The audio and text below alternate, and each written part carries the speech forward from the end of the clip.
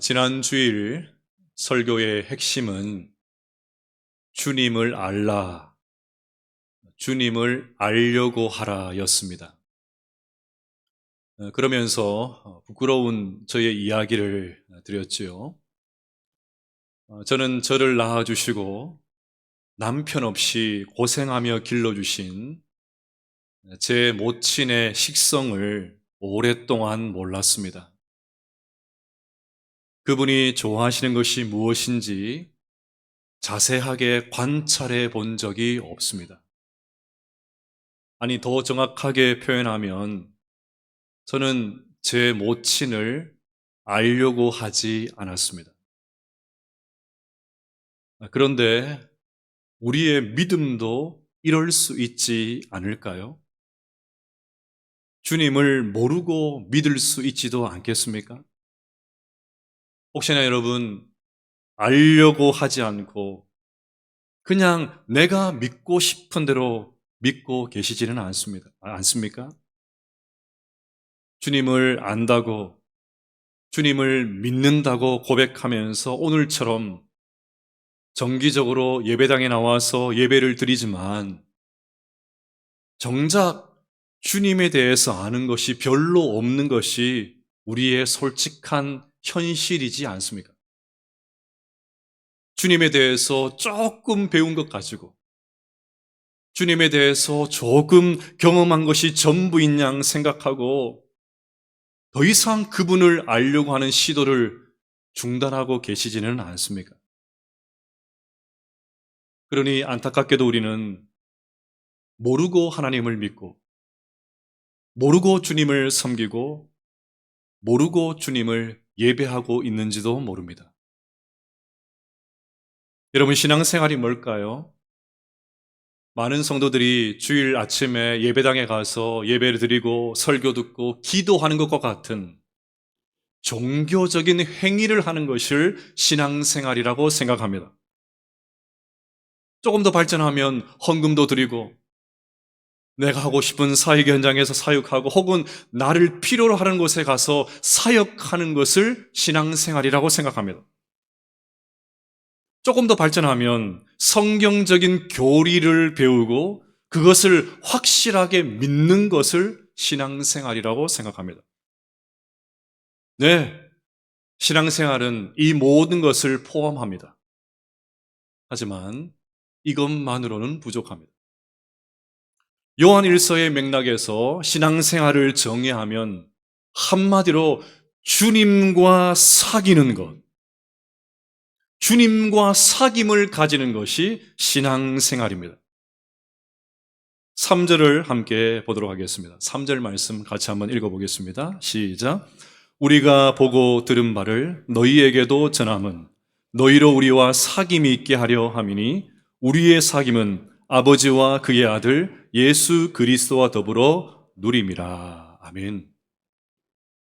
이 구절을 기록한 사도 요한은 요한복음 17장 3절에서 또 이런 말을 한 적이 있습니다.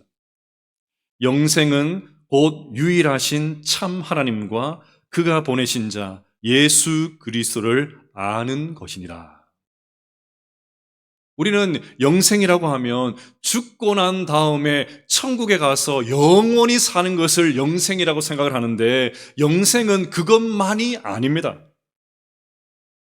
영생은 예수 그리스도를 아는 것입니다. 여기서 안다는 것은 지식이 아닙니다. 관계입니다. 성경에서 안다라고 하는 단어는 언제나 부부가 한 몸이 될 때 사용하는 매우 관계적인 단어입니다. 쉽게 말해서 사랑입니다. 그러니 신앙생활은 주님과 사랑에 빠지는 것이요, 주님과 깊은 관계를 맺는 것이요, 주님과 사귀는 것, 그것이 바로 신앙생활입니다. 여러분, 최근에 넷플릭스에서 방영하고 있는 솔로 지옥이라는 프로를 본 적이 있으십니까?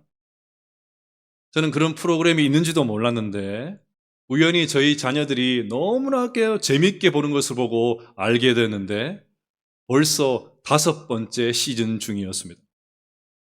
내용은 너무나도 간단합니다. 젊은 남녀 청춘들이 서로를 알아가고 자신이 좋아하는 사람의 마음을 얻기 위해서 자신의 매력을 발산하는 것입니다.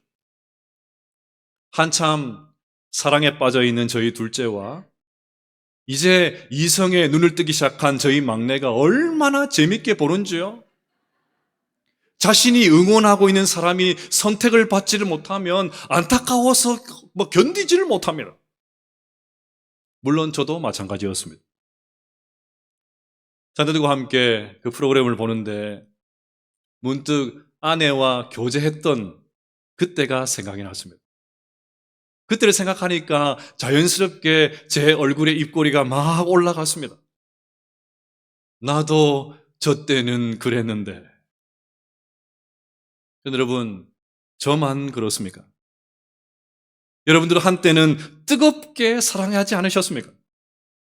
누가 시키지 않았는데도 자꾸만 그 사람이 생각나고 저절로 그 사람이 보고 싶고 금방 만나고 헤어졌는데 또 보고 싶고 보고 또 자꾸 보고 싶고 그러지 않으셨습니까? 조금 더 리얼하게 가수 현철의 노래로 표현해 볼까요? 언제나 서나 당신 생각 언제나 서나 당신 생각. 여러분, 신앙생활도 마찬가지입니다. 언제나 서나 주님 생각하는 것, 언제나 서나 주님 생각하는 것이 신앙생활입니다. 제대로 된 신앙생활은 주님과 사랑에 빠지는 것입니다. 주님께 완전히 빨려 들어가는 것입니다. 주님께 내 마음을 다 빼앗기는 것입니다. 주님을 보고 싶고 주님의 음성을 듣고 싶고 주님을 만나고 싶고 주님을 만지고 싶습니다. 마침내 주님과 함께 살고 싶습니다. 주님과 함께 살림을 차리는 것, 살림 차려서 주님과 사는 것, 그것이 신앙생활이에요.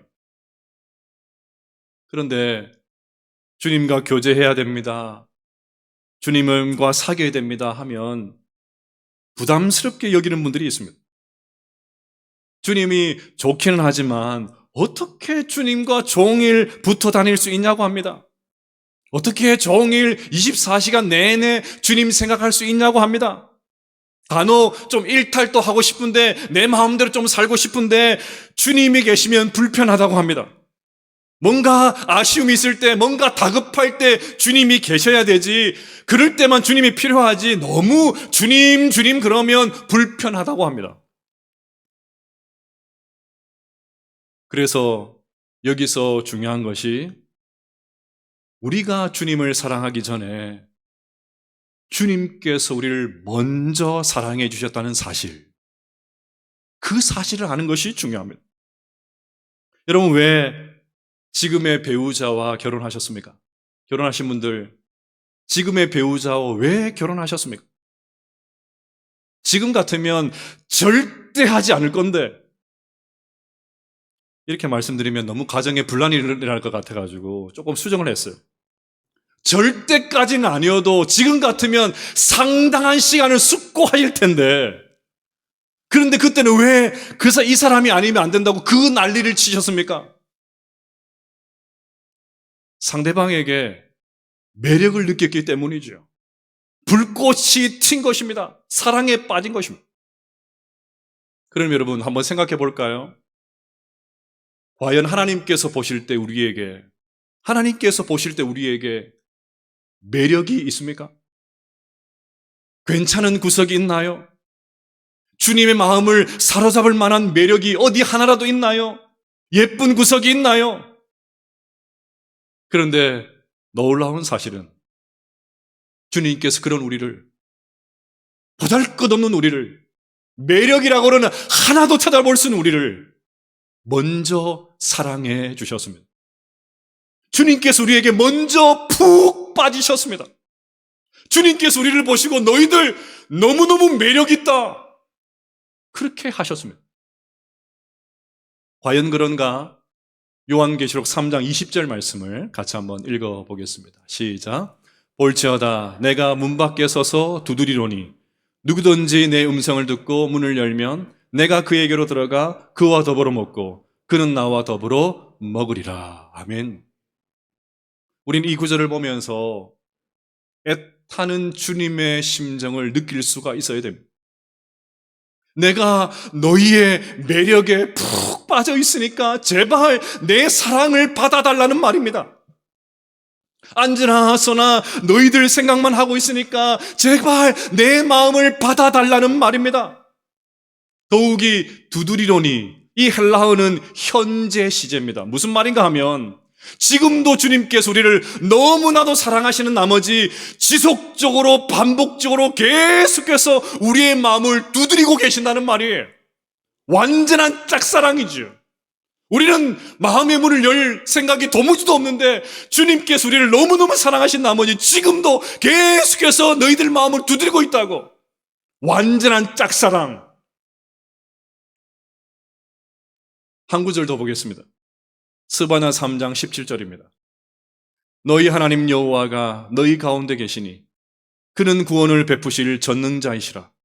그가 너로 말미암아 기쁨을 이기지 못하시며 너를 잠잠히 사랑하시며 너로 말미암아 즐거이 부르며 기뻐하시리라 하리라.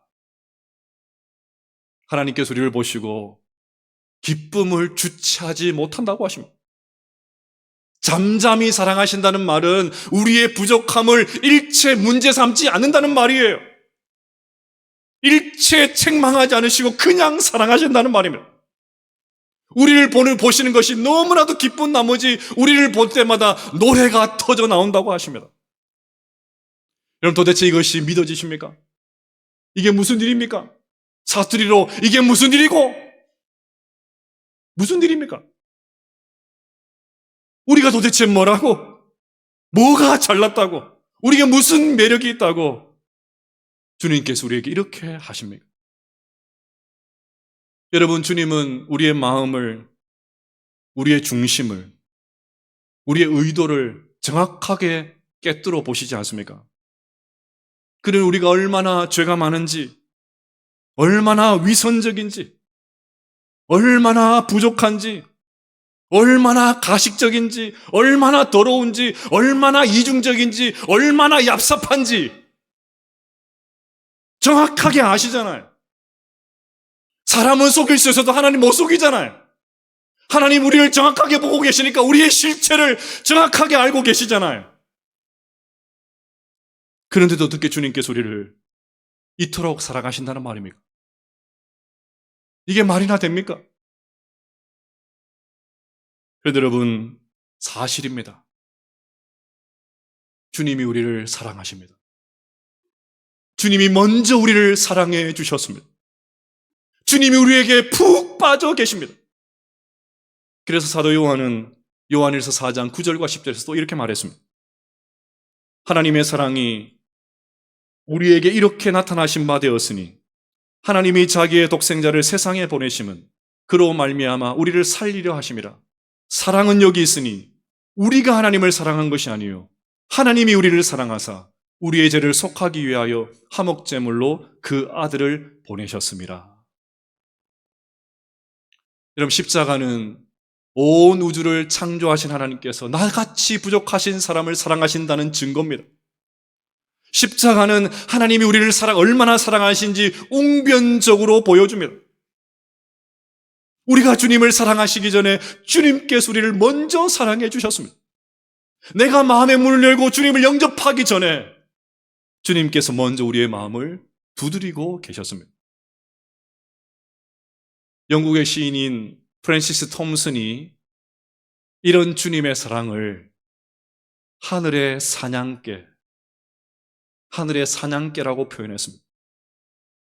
사냥개가 먹잇감을 끝까지 추격하듯이 주님께서 우리가 돌이킬 때까지 주님께서 우리를 끝까지 추격하신다는 말입니다. 주님을 사냥개로 비유한 것은 조금 과한 느낌이 들지만 그래도 주님의 사랑을 이렇게 잘 표현한 것도 없는 것 같습니다. 그의 시 하늘의 사냥개를 제가 읽어드리겠습니다. 나는 그에게서 도망쳤네. 밤에도 낮에도 나는 그에게서 도망쳤네. 수많은 세월 동안을 나는 그에게서 도망쳤네. 내 마음속에 미궁 같은 길로 슬픔 속에서도 그를 피해 숨었다네. 겉으로는 계속 웃었고 한때 희망의 부풀어 오르기도 했었지만 이내 두려움의 골짜기 아래 거대한 어둠 속으로 곤두박질 쳐 버렸네. 나를 따라오는 추적해오는 그 힘찬 발소리, 그러나 서두르지 않고 흐트러지지 않은 걸음걸이, 장엄한 긴박함으로 한 목소리가 두드린다. 발소리보다 더 긴박하게 네가 나를 배반하기에 모든 것이 너를 배반한다. 가여워라, 너는 알지 못하는도다. 나 아니면, 오직 나 아니면 비천한 너를 누가 사랑해 주겠느냐. 내가 내게서 너의 모든 것을 가져가면 너를 해롭게 하려는 것이 아니라 다만 내가 그 모든 것을 내 품에서 찾게 하려 함이었다.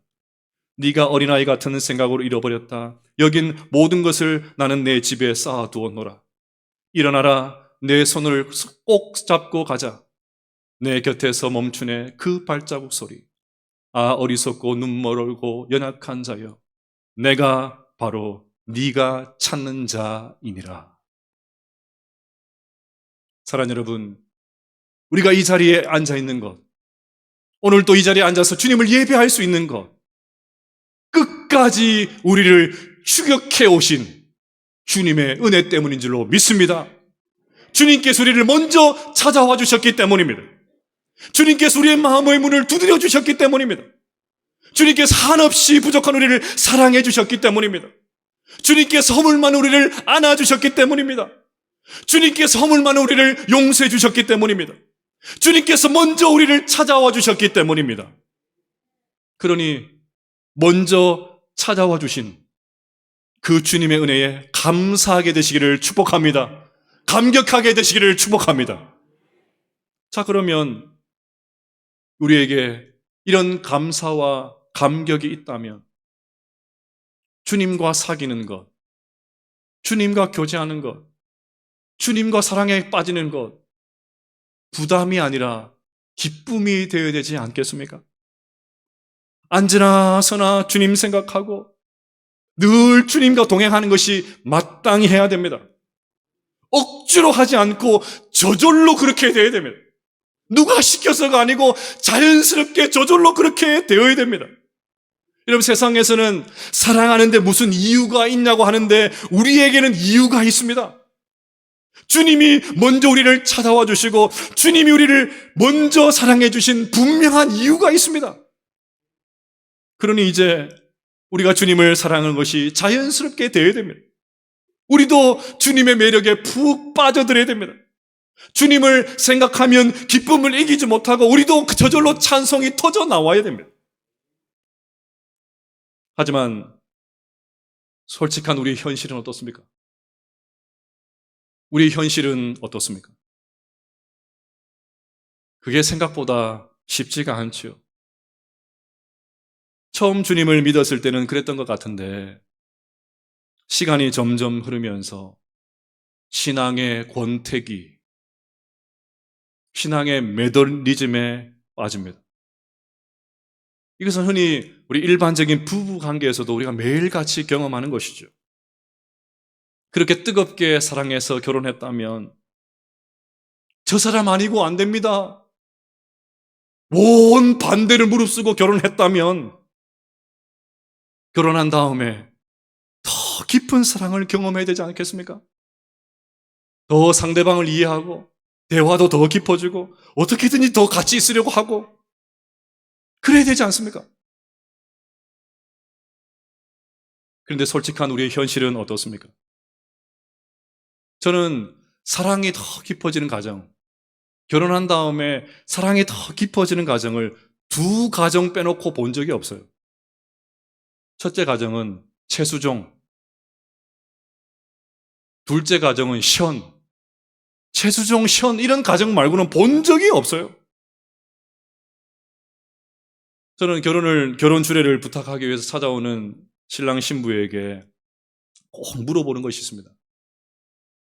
왜 세상에 많고 많은 사람들 가운데 이 남자, 이 여자야만 하는가?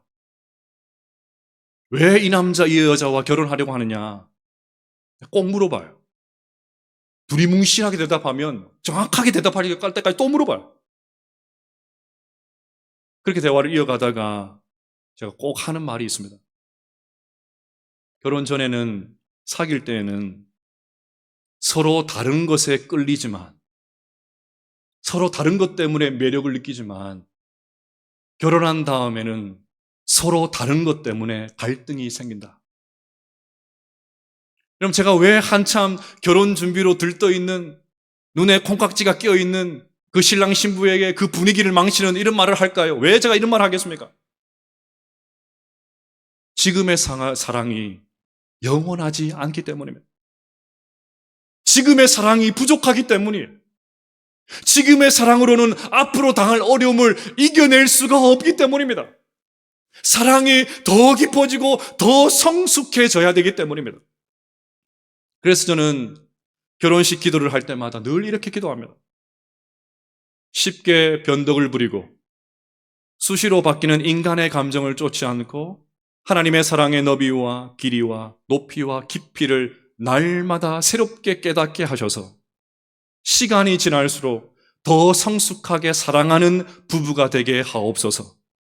그리하여 원치 않는 시련 앞에서도 좌절하거나 낙심하는 것이 아니라 오히려 더 하나님만 바라보며 기도하는 가운데 더욱 단단해지는 부부가 되게 하옵소서. 지난주에 소개한 그분이 내 아내, 내가 그분 아내라는 책에 나오는 내용을 다시 소개하고 싶습니다. 사랑을 키워가기 위해 노력해야 합니다. 매력이 온 다음 노력이 와야 합니다. 매력이 온 다음 노력이 와야 합니다. 사랑을 두면 잦아들듯 믿음도 그냥 두면 잦아듭니다.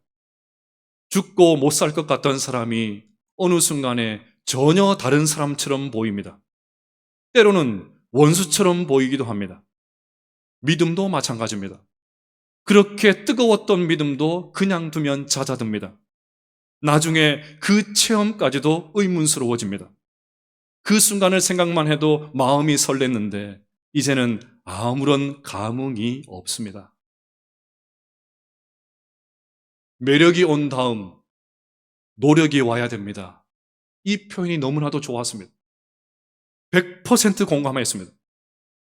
여러분, 우리 인간의 속성이 얼마나 간사한지요? 처음에는 그렇게 찬사를 보내고 놀라워하고 고마워했다가도 금세 익숙해지고 금방 무뎌지고 당연하게 여깁니다. 맛집이라도 하나를 발견하면 여기저기 막 소개를 하죠. 입에 침이 마르도록 칭찬을 하다가도 몇 번만 먹으면 금방 지겨워합니다. 제가 2주 동안 입원해 있으면서 힘든 것 가운데 하나가 딱딱한 침대였습니다. 그렇지 않아도 움직임이 불편한데 침대가 불편하니까 잠을 제대로 잘 수가 없었어요.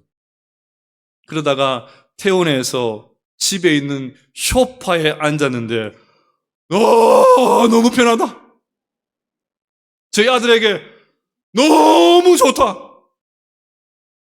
그러다가 침대에 누우니까 이곳이 천국이로다. 그랬습니다. 너무너무 푹신하고 좋은 거예요. 그런데 그것도 며칠 지나니까 금세 무뎌지고 금세 또 배기고 왜 불편하냐고 그럽니다. 얼마나 간사한지요. 유대 사상가인 아브라함 요시와 헤셀이 이런 말을 했습니다. 당연시하는 것이 영적 생활의 가장 치명적인 문제다. 같이 한번 읽어볼까요? 시작. 당연시하는 것이 영적 생활의 가장 치명적인 문제다. 여러분, 하나님의 은혜, 십자가, 우리를 먼저 찾아오신 주님의 은혜, 얼마나 엄청난 이야기입니까? 하지만 이 충격적인 이야기도 계속해서 묵상하지 않으면 당연하게 여깁니다. 무료하게 여겨지고 매너리즘에 빠지고 실증을 느낍니다. 주님과의 사귐, 주님과의 교제가 절대적으로 필요한 이유가 바로 여기에 있습니다. 브레넨 매닝이 쓴 아바의 자녀에 나오는 이야기로 설교를 마치려고 합니다. 기도가 제일 어려운 한 노인이 있었습니다. 일평생 하나님을 섬기고 믿어왔지만 기도를 어떻게 해야 될지를 몰랐습니다. 목사에게 찾아가서 고민을 털어놓았습니다. 그러자 목사님께서 자신에게 큰 도움을 준 책이라고 하면서 아주 유명한 저명한 신학자의 기도에 관한 책을 빌려주었습니다. 집에 돌아와서 기대감을 가지고 읽었지만 곧 흥미를 잃고 말았습니다. 나와는 너무나도 거리가 먼 이야기처럼 들렸던 것입니다. 그러던 중에 새로운 목사가 부임해 왔습니다. 그는 또 새 목사를 찾아가서 동일한 고민을 털어놓았습니다. 그러자 그 목사가 이렇게 말했습니다. 기도는 주님과 대화하는 것입니다. 집에 돌아가시면 침대 곁에 의자를 하나 놓아두시고 그 의자에 주님께서 앉아 계신다 생각하고 대화를 하십시오. 그러면 기도가 될 것입니다. 그렇게 헤어졌는데 점점 쇠약해진 노인이 그 길로 예배에 나오지를 못했습니다. 얼마의 시간이 지났을까요? 그 노인의 딸이 목사에게 전화를 걸어서 아버지가 세상을 떠났다고 하면서 장례식을 부탁합니다. 기꺼이 그러겠다고. 그래서 딸이 목사에게 또 그렇게 이야기합니다. 그런데 목사님, 이상한 일이 있습니다. 무슨 일입니까? 아버지의 시신을 발견한 호스피스 간호사가 그러는데요. 아버지의 마지막 모습이 너무 특이했다고 합니다. 침대에 누운 아버지가 침대에 누워있던 아버지가 그 머리를 침대 곁에 있는 의자에 두고 운명하셨다고 합니다. 그 말을 들은 목사가 얼마 전에 나눴던 대화를 기억해냈습니다. 그 노인은 침대 곁에 둔 의자에 앉아 계신 주님과 대화를 나누었고 마지막 숨을 거둘 때도 주님과 더 가까이 하고 싶어서 주님의 무릎에 자신의 머리를 두었던 것입니다. 그 노인은 그렇게 주님과 대화하면서 주님과 교제하는 가운데 하나님의 부르심을 받았던 것입니다. 사랑하는 여러분, 지난주 설교를 한마디로 요약을 하면 주님을 알라였습니다. 오늘 설교는 주님 안에 머물라, 주님과 사귀라입니다. 신앙생활은 주님과 사랑에 빠지는 것이요, 주님과 깊은 관계를 누리는 것이요, 주님과 사귀는 것입니다. 하늘의 사냥개가 되셔서 우리를 먼저 찾아와 주시고 우리를 먼저 사랑해 주신 이 주님의 은혜를 기억한다면 주님과 교제하는 것, 주님과 사귀는 것은 영광이요 특권인 줄로 믿습니다. 그러니 주님과 관계가 깊어지기 위해서 노력하십시오. 주님과 사귐이 깊어지기 위해서 노력하십시오. 주님과의 사랑이 깊어지기 위해서 노력하십시오. 그리하여 주님이 주시는 기쁨을, 세상이 줄 수 없는, 그 어디에서 줄 수 없는 주님이 주시는 기쁨을 풍성하게 누릴 수 있는 우리 모두가 되시를 주님의 이름으로 축복합니다.